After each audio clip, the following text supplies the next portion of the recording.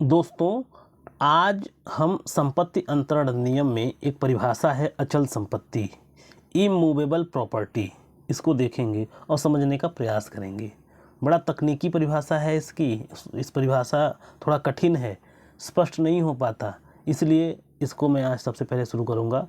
संपत्ति अंतरण अधिनियम में कुल 7 परिभाषाएं हैं और संपत्ति तो परिभाषित ही नहीं किया गया है। संपत्ति अंतरण अधिनियम में ही संपत्ति को परिभाषित नहीं किया गया है और अचल संपत्ति की जो परिभाषा दी गई है वो आम आदमी को समझ में ही नहीं आएगा। तो इसलिए आज हम अचल संपत्ति देखेंगे, लेकिन उसके पहले मैं आज ट्रांसफर ऑफ प्रॉपर्टी एक्ट शुरू कर रहा हूँ एक तरीके से शुरू से। तो आप जो है इसके कुछ शुरुआती बातों को आप जान लीजिए, तब अचल संपत्ति के बारे में आते हम देखते हैं। सबसे पहली बात 1 मिनट में जान जाएंगे कि संपत्ति अंतरण अधिनियम कब बना था। तो ये 1882 में बना था और लागू कब से हुआ है? 1 जुलाई 1882 से लागू है।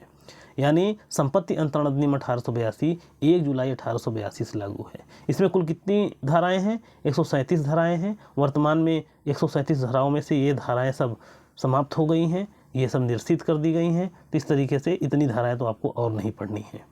इसके अलावा कुछ सामान्य बात में आपको जानने के लिए आपको ये भी जानना है कि ये जो ट्रांसफ़र ऑफ प्रॉपर्टी एक्ट है, ये 137 धाराएं जो हैं उसमें धारा 3 से 37 तक की धाराएं ये चल अचल दोनों प्रकार की संपत्तियों पर लागू होती हैं। ये आपको याद होना चाहिए। धारा 38 से 53A तक की जो धारा है वह केवल अचल संपत्ति पर लागू है। विक्रय से संबंधित धाराएं केवल अचल संपत्ति पर लागू हैं। बंधक से संबंधित धाराएं केवल अचल संपत्ति पर लागू हैं। पट्टा से संबंधित धाराएं केवल अचल संपत्ति पर लागू हैं। विनिमय से संबंधित धाराएं चल अचल दोनों प्रकार की संपत्तियों पर लागू हैं। और दान से संबंधित धाराएं चल अचल दोनों प्रकार की संपत्ति पर लागू हैं। और मैंने अपने चैनल पर विक्रय और बंधक शायद मैंने वीडियो डाला हुआ है, आप उसको जाकर के वहाँ से प्लेलिस्ट से देख सकते हैं। अब आइए आगे बढ़ते हैं और एक बात और जान लेते हैं जो परीक्षाओं में पूछता रहता है। ये है संपत्ति अंतरण अधिनियम कहाँ लागू है। ध्यान देना है, संपत्ति अंतरण अधिनियम को आप 3 तरीके से बांट सकते हैं। ऐसी जो है कार्यवाही, ऐसा अंतरण जिस पर संपत्ति अंतरण अधिनियम आंशिक रूप से लागू होता है, ऐसा अंतरण जिसमें संपत्ति अंतरण अधिनियम पूरी तरह लागू होता है, और ऐसा अंतरण जिस पर संपत्ति अंतरण अधिनियम लागू ही नहीं होता। तो आंशिक रूप से किस पर लागू होता है? चल संपत्ति को अगर आप गिरवी रख रहे हैं तो कुछ मामलों में वहाँ संपत्ति अंतरण अधिनियम लागू होता है। सरकारी वचन पत्र का अगर अंतरण ट्रांसफ़र किया जा रहा है तो वहाँ कुछ मामलों में संपत्ति अंतरण अधिनियम लागू होता है। बीमा पॉलिसी का अंतरण किया जा रहा है तो वहाँ भी पूरी तरह से संपत्ति अंतरण अधिनियम नहीं, आंशिक रूप से संपत्ति अंतरण अधिनियम लागू होता है। और कहाँ संपत्ति अंतरण अधिनियम लागू ही नहीं होता, ये देख लीजिए। तो देखिए, कानूनी प्रक्रिया द्वारा किया गया अंतरण। कानूनी प्रक्रिया द्वारा किया गया अंतरण, न्यायालय दिवालिया घोषित करता रहता है लोगों को, उसकी प्रॉपर्टी इधर से उधर करवाता रहता है। न्यायालय डिग्री द्वारा कुछ संपत्ति किसी से लेता है, किसी को देता है। इस टाइप का जो ट्रांसफ़र जिसका न्यायालय करवाता है, इसे कानूनी प्रक्रिया द्वारा किया गया अंतरण कहते हैं। यहाँ टीपीए नहीं लागू होता। सरकारी अनुदान, सरकार ज़मीन देती रहती है, सरकार ज़मीन अधिग्रहित करती रहती है, वहाँ भी ट्रांसफ़र ऑफ प्रॉपर्टी एक्ट यानी टीपीए लागू नहीं होता।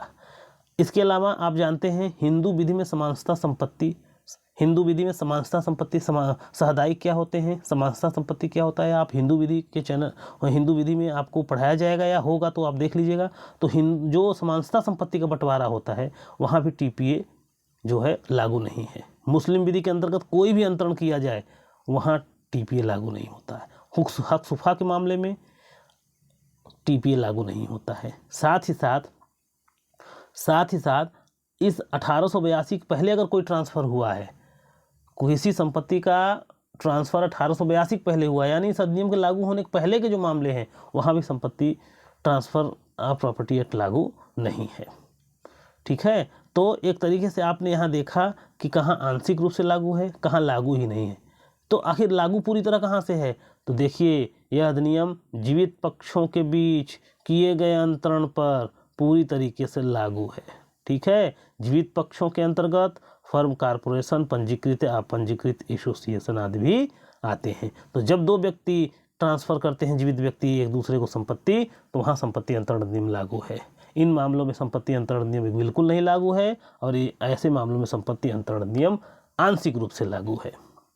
तो संभवतः आपको ट्रांसफर ऑफ प्रॉपर्टी के संबंध में कुछ शुरुआती बातें आपको समझ में आई होंगी। अब आइए देखते हैं संपत्ति अंतरण का अधिनियम का परिभाषा खंड। संपत्ति अंतरण अधिनियम में कुल 7 परिभाषाएं हैं और उसमें पहली परिभाषा है अचल संपत्ति का, इमूवेबल प्रॉपर्टी की परिभाषा है। ये इतना कठिन है कि शुरुआत में जो एलएलबी की पहली बार इस परिभाषा से जिनकी मुलाकात होती है उनको तो अचल संपत्ति समझ में ही नहीं आता। वो जो सामान्य बोलचाल वाली परिभाषा है वही जानते हैं। आइए देखते हैं अचल संपत्ति किसे कहते हैं। देखिए, सामान्य बोलचाल की भाषा में, यही सब लोग जानते हैं, सामान्य बोलचाल की भाषा में अचल संपत्ति से तात्पर्य ऐसी संपत्ति से है जिसे एक स्थान से दूसरे स्थान पर हटाया नहीं जा सकता, यानी जो चलायमान न हो।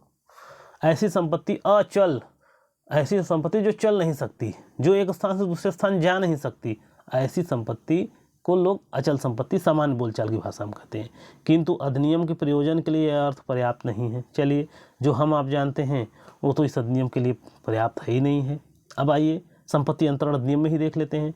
संपत्ति अंतरण अधिनियम की धारा 3 में अचल संपत्ति को परिभाषित करते हुए कहा गया है, और परिभाषा कम है, नकारात्मक सूची ज़्यादा है। ठीक है, तो संपत्ति अंतरण अधिनियम की धारा 3 अचल संपत्ति की नकारात्मक परिभाषा देती है और कहती है अचल संपत्ति के अंतर्गत खड़ा काष्ठ, उगती फसलें, घासें नहीं आती। ये लीजिए, ट्रांसफर ऑफ प्रॉपर्टी एक्ट की धारा 3 में जो अचल संपत्ति परिभाषा दी है वहाँ कह दिया गया खड़ा काष्ठ, उगती फसलें, घासें अचल संपत्ति नहीं है। इससे हमको क्या समझ में आया कि अचल संपत्ति क्या है। अब चलिए खोजते हैं। जनरल क्लॉजेज एक्ट एक है जहाँ जिसकी परिभाषा कहीं नहीं दी गई है, जनरल क्लॉजेज एक्ट में उसकी परिभाषा दी गई है।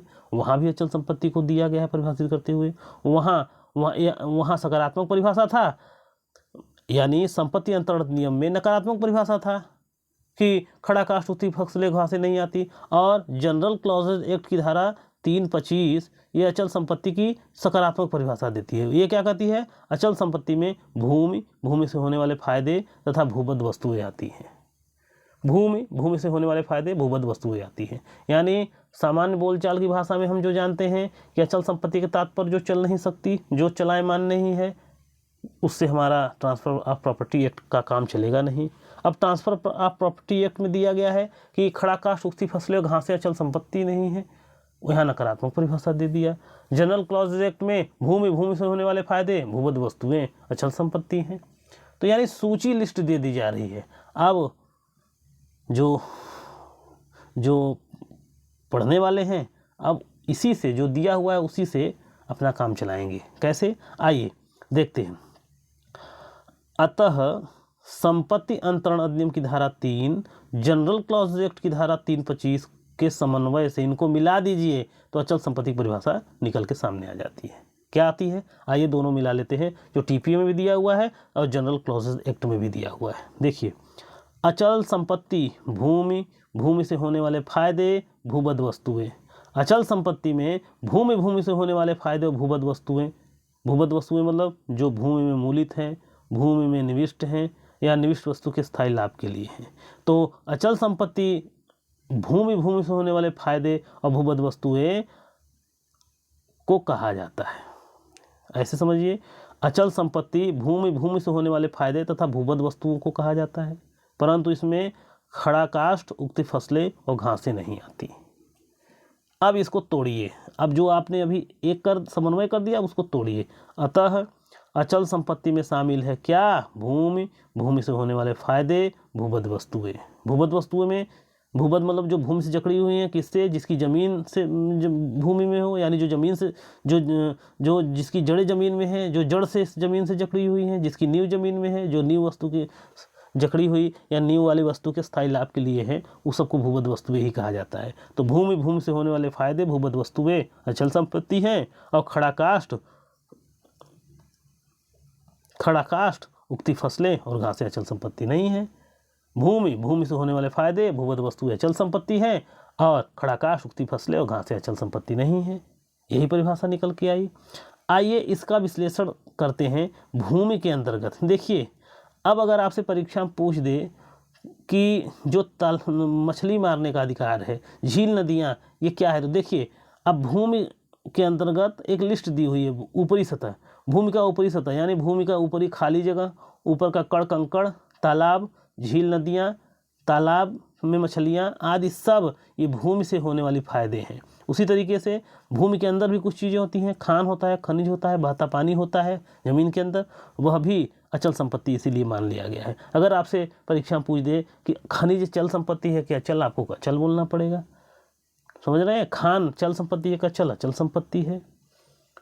भूमि के अंदर बहता हुआ पानी चल संपत्ति है, अचल संपत्ति है, वो अचल संपत्ति है। तो ये भूमि से होने वाले फायदे। अब आते हैं भूमि, देख लिए। अब भूमि से होने वाले फायदे, देखिए भूमि से होने वाले फायदे अचल संपत्ति ही हैं। तृतीय विधि आयोग के सदस्यों ने इस पर विचार प्रकट किया था और अचल संपत्ति में निहित संभव तथा प्राप्त होने वाले हित को अचल संपत्ति ही माना है। कहने का मतलब ये है, भूमि से कितने फायदे होंगे इसकी गिनती नहीं कराई जा सकती। तो भूमि से जितने भी फायदे होते हैं वो सब अचल संपत्ति मान लिए गए हैं। जैसे Anand Behera versus state of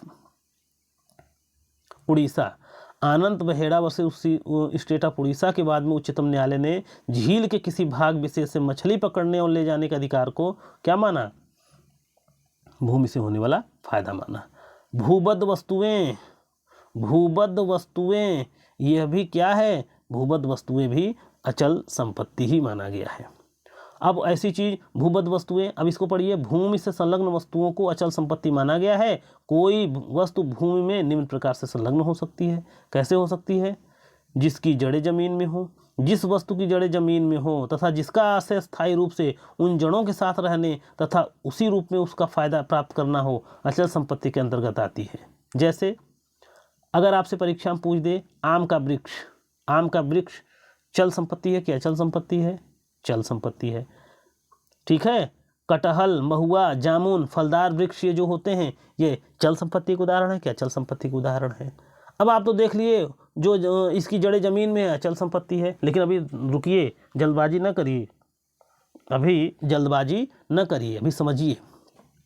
तो जिन वस्तुओं की जड़ें जमीन में होती हैं वही अचल संपत्ति होती है। अब आगे लाइन पढ़िए। जिन वस्तुओं की जड़ें जमीन में तो हों किंतु उनका आशय स्थायी रूप से उन जड़ों के साथ खड़ा रहते हुए लाभ लेना ना हो, वे अचल संपत्ति नहीं है। कहने का मतलब, अगर आपसे परीक्षा में पूछ दे, समझिए, अगर आपसे परीक्षा में पूछ दे आम का वृक्ष चल संपत्ति है कि अचल संपत्ति है, तो आप कहेंगे अचल संपत्ति है।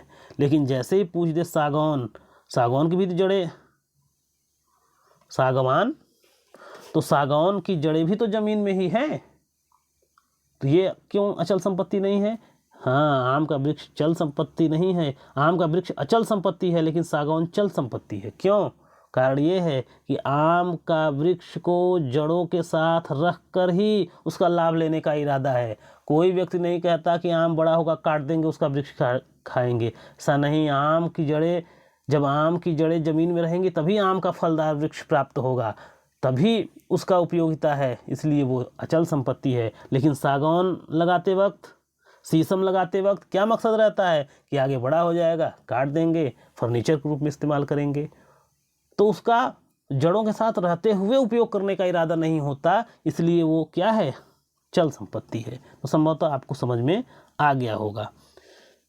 तो इस अधिनियम के अंतर्गत तो यहाँ जिन वस्तुओं की जड़ें जमीन में तो हों किंतु जिसका आशय स्थायी रूप से जड़ों के साथ खड़ा रहते हुए लाभ लेना न हो, अचल संपत्ति नहीं है। जैसे शीशम, सागौन, बबूल के वृक्ष, झाड़ियाँ आदि, ये सब चल संपत्ति है, अचल संपत्ति नहीं है। यही कारण है अधिनियम के अंतर्गत खड़ा काष्ठ मतलब बांस, जिसको आप कहते हैं खड़ा बांस, जो बांस गांव में होता है, उस बांस को बहुत जगह तंबू शायद बोलते हैं, बम्बू या तंबू जो भी, तो बांस जो होता है हमारे यहाँ बांस बोलते हैं। तो बांस का आशय यही होता है, उसको काट करके जो है उपयोगिता में लाया जाएगा, इसीलिए खड़ा काष्ठ। उगती फसलों को भी काट के ही इस्तेमाल किया जाएगा, और घासें, ये सब क्या है, अचल संपत्ति नहीं माने गए, इसीलिए नहीं माने गए। शायद आपको समझ में आ गया होगा क्यों नहीं माने गए हैं। क्योंकि जड़ों से रहते हुए उनका उपयोग करने का इरादा नहीं होता। अब आइए